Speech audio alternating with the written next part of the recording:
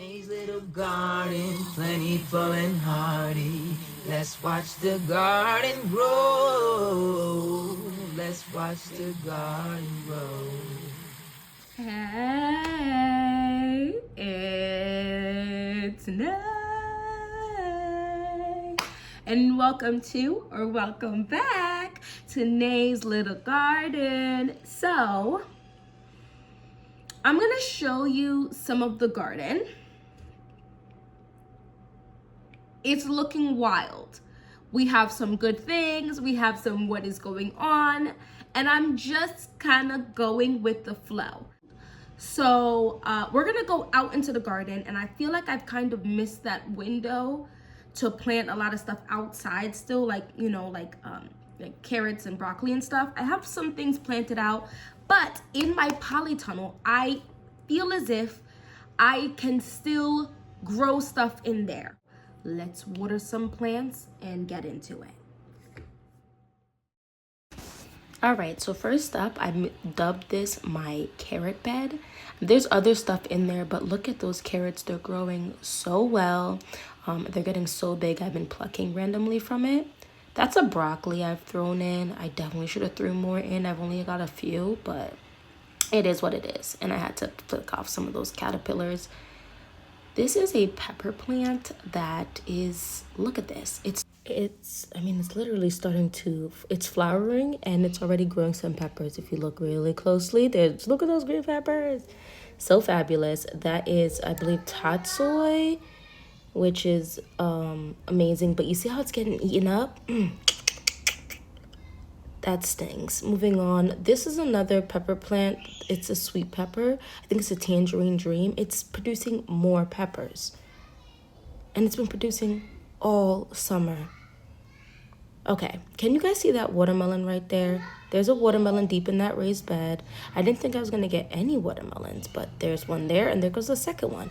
So we're going to probably have 2 watermelons this year, and I'll take it. 2 versus 0, I'll take it. This is the raised bed right here that has that tomato that's ripening up, but I'm going to plant some carrots in that. There's going to be some carrots in that ASAP.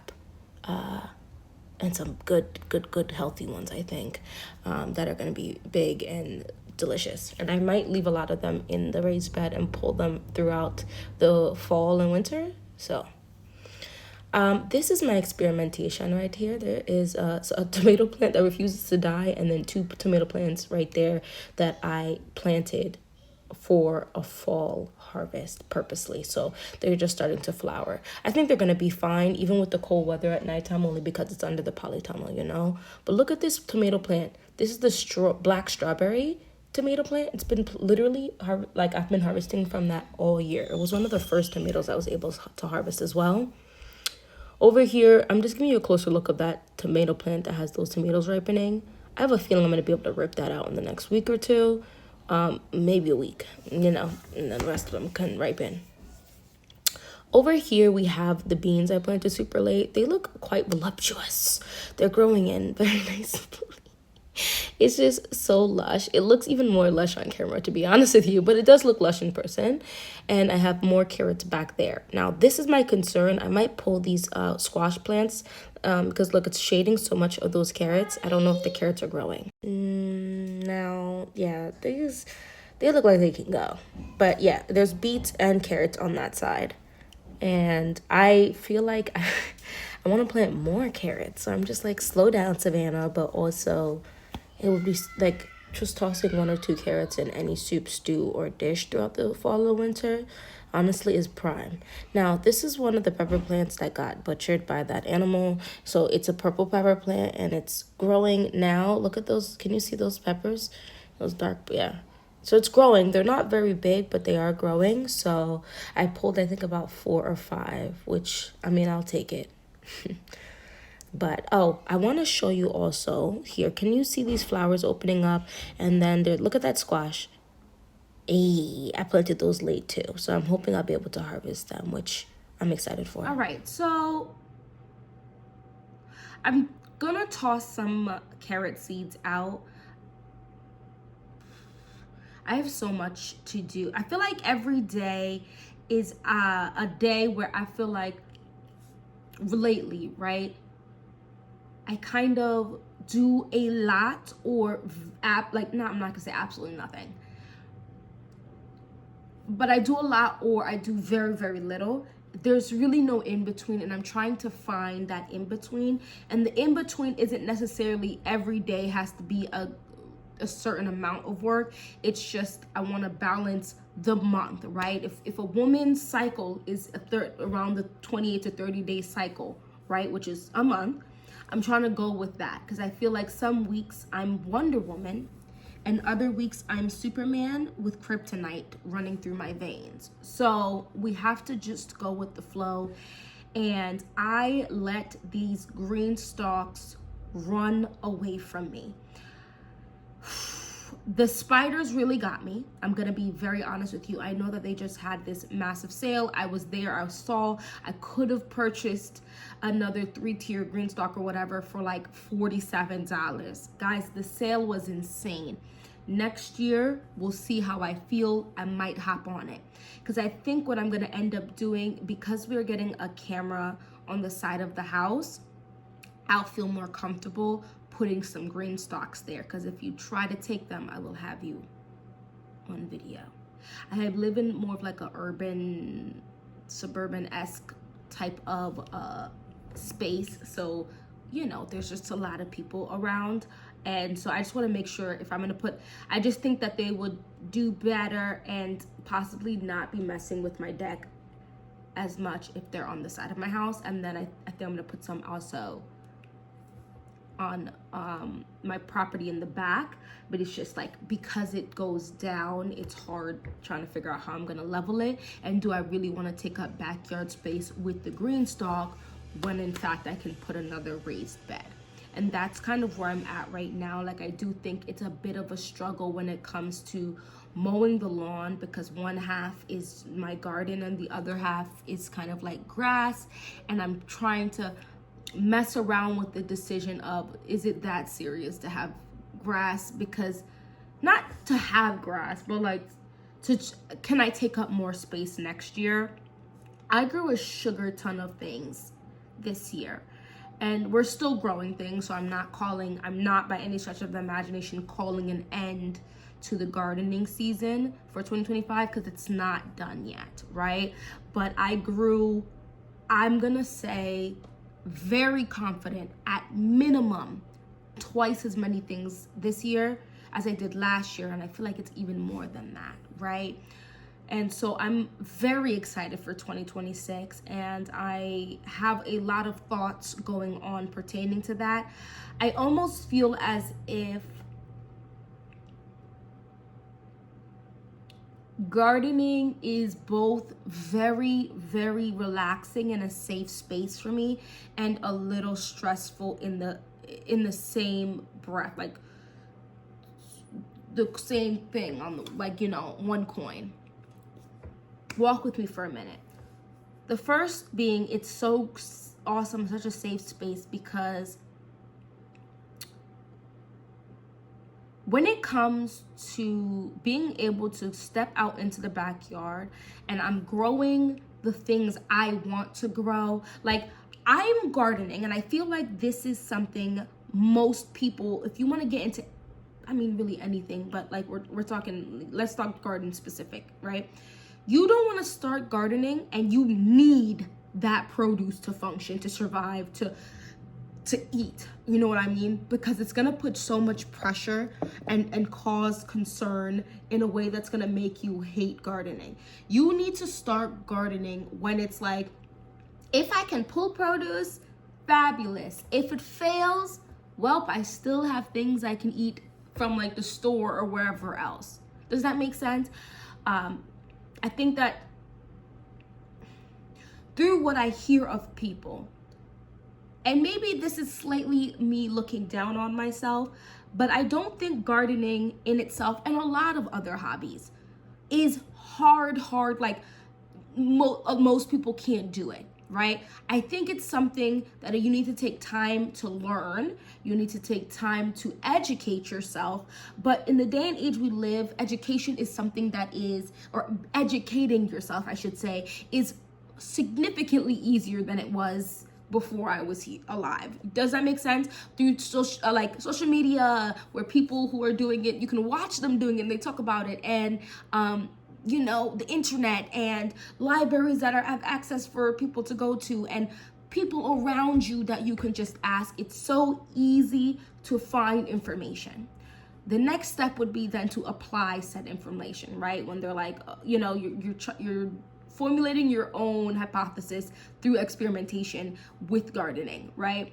And we're gonna talk about that. I mean, I have so many ideas for fall and winter to talk, like for gardening, homesteading, baking, cooking, all those type of things, because it all kind of circles around itself. And I don't ever want this channel to turn into like a survivalist type of channel. However, I do want to, and I think it's becoming more popular, to keep bringing people into things like gardening and baking from scratch and cooking from scratch and doing things not trad, okay?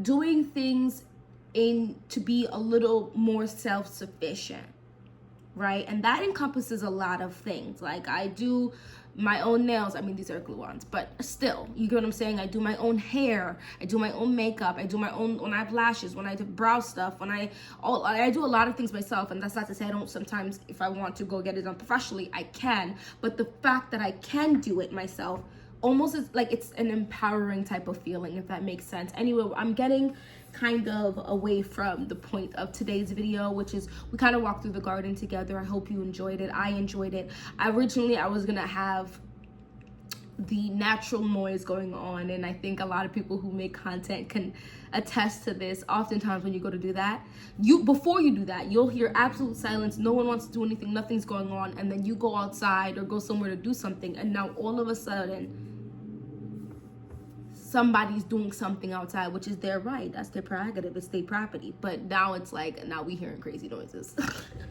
So I really couldn't do too much of the, you know, just the outside, although I do enjoy hearing that. So back to the peacefulness, right? I enjoy being out there. I can go as fast or as slow as I want. I do have a husband who is willing to help. So when there's something I really don't want to do, like some things in the garden, like just like make me itch, and he will willingly go and wade through that, right? And like take care of it, so I don't have to be like, you know, along with it, right? My family's still gonna eat whether or not the garden produces, but I'm getting better at making the garden produce what my family can eat. Does that make sense? I absolutely love it. I think it's awesome. I really do. I think there's something to be had where a hobby, well, two things. Hobbies that produce nothing that you actually like need or could need, right? Like drawing and coloring and writing, right? Journaling, stuff like that. And then hobbies that do some, like in the moment you're just like enjoying it, but then also the end result of it is something that you can benefit from literally in a need aspect. Like it gives like something that you could need, like crocheting and sewing and gardening, you know, baking, cooking. Both pockets of types of hobby are beneficial in their own way, because every single thing you do does not need to give and satiate a need outside of wanting to have space and wanting to just never land it, right? Like playing games, right? Like that's fine. That could be a really beneficial hobby, and you should have some pockets in both of those types, which is another conversation we're gonna have. I feel like I've talked about hobbies before on this channel. If not, on my other channel, I have another channel that's my primary channel. I'm trying to make this another primary channel. But yeah, so that's kind of how I feel about that when it comes to gardening. And the stress starts to come into play when you're like, you start thinking of long term, right? So then you're like, okay, things like onions and garlic that takes months to grow, right? And you gotta plot what you're gonna plant. How much of it you're gonna plant, where you're gonna plant it, did you properly fertilize it, what type of fertilizer do you in fact want to use, is this enough sunlight that's going to hit, did I properly put enough mulch or leaves or hay on top of these plants to make sure they survive the winter. Now, to be fair, I did not really do anything at all for the garlic last year. I did not mulch it in any way, shape, or form, and I still had garlic. Would I play with my family's eating when I sit there and I'm like, because I'm gonna have goals for 2026, right? I need, let's say, 40 bulbs of garlic because I have zero intention of buying garlic for all of from the harvest time with like, right? So the second half of summer and fall, and at least the beginning cusp of winter, which at least let's just say the ending of December, right? Like if I'm like from halfway through 2026 to the end of 2026, I don't want to buy not one garlic. I have to make sure that I do this, and I make sure that I buy enough garlic seed, and then I make sure that I do all I can to make sure it's gonna grow and survive the winter, and then grow and do what it's got to thrive the summer, to thrive, in the spring as it grows, right? And then the same thing for onions. I started some of my own onions, but then I also went ahead and I just purchased some onion starts, and I learned a lot because this was my first year growing that. I grew potatoes. Potatoes wasn't my first year growing potatoes, but there are some crops that take forever and a day. Sweet potatoes, forever and a day, right? Oh my goodness. And everything is just a learning thing when it comes to gardening. And one thing I've learned that could be enjoyable and also slightly stressful is that gardening is basically every year is a learning experience, because it really depends on the weather, right? The weather really shapes exactly what kind of gardening season you're going to have, because I've heard people have no water use things or whatever, like when there's a drought and they don't want you using a lot of water. So how am I supposed to take care of my plants if you don't want me up in here using my water and there's no water coming from the sky? Like, that would stress me out. Or if there's too much rain one season and I'm like, wow, we're just drowning the plants out, we're just drowning it out, you know? Is there enough sun? Is there too much sun? Like, it's just so many variables that vary from season to season. And then of course the animal, we just don't know what the animals are gonna do. So yeah, so that's that. That's all I really want to talk about in this video. I'd be interested in knowing how you're doing. I am commenting back on some people. I've been seeing a couple names pop up a lot, and I love to talk to new people. I also make sure I re-comment back to people I've seen before, because I know someone just said that like she had just got her garlic and she got 3 bulbs of garlic. That sounds super exciting. I feel like that's what money I got last year to grow. So word of advice, I know you didn't really ask, but I figured I'd give it, as someone who's doing it right, about to do it for her second year. Plant them all together. I know I see people being like, oh, garlic is like a pest, or like it helps resist pests or whatever. So I kind of planted a little bit in a couple different spots. Trying to remember where you planted it come spring. Even if you feel like even if you stick the labels down, the labels could go anywhere, do anything. Even if you put a label, is this the exact spot? And then you trying to dig around, like, it is ridiculous. Plant it all in one spot. Cover with something like chicken wire, netting, something, because animal might come and dig it up, like squirrels or something. So you want to be extra careful with those type of things. I have a video from my camera from my backyard of 2 raccoons climbing up on my deck. And it wasn't the garlic that they were looking for, but I'm just saying. And they climbed up on the deck like they'd done this before, all calm, collected, digging around in my green stalks. Sirs, ma'ams, whatever, please get off my deck. And why are you rooting around like this is the grocery store and where's the money? Like, so, plan extra. If you bought like 3 bulbs of garlic, right, and they're telling you like, yeah, 6 to 12, honestly, I'm not so sure about those numbers, because I would say about half of that is what's really there, and or really viable, because a lot of them be super small, and you want to plant the biggest ones you could find of it, because it's gonna give you the biggest bulbs. And we want decent sized bulbs, you know what I mean, if possible. And don't forget to fertilize your soil before you plant the garlic, and granular fertilizer. Anyway, there goes my unsolicited advice. Don't forget to hit that like button. If you, I'm not sure if this channel has the hype button yet. I think you do need to have 1,000 subscribers. If it does, though, hit the hype button. If it doesn't, we'll hit 1,000 at some point, so get prepared. Hopefully I see you in my next video. Bye bye.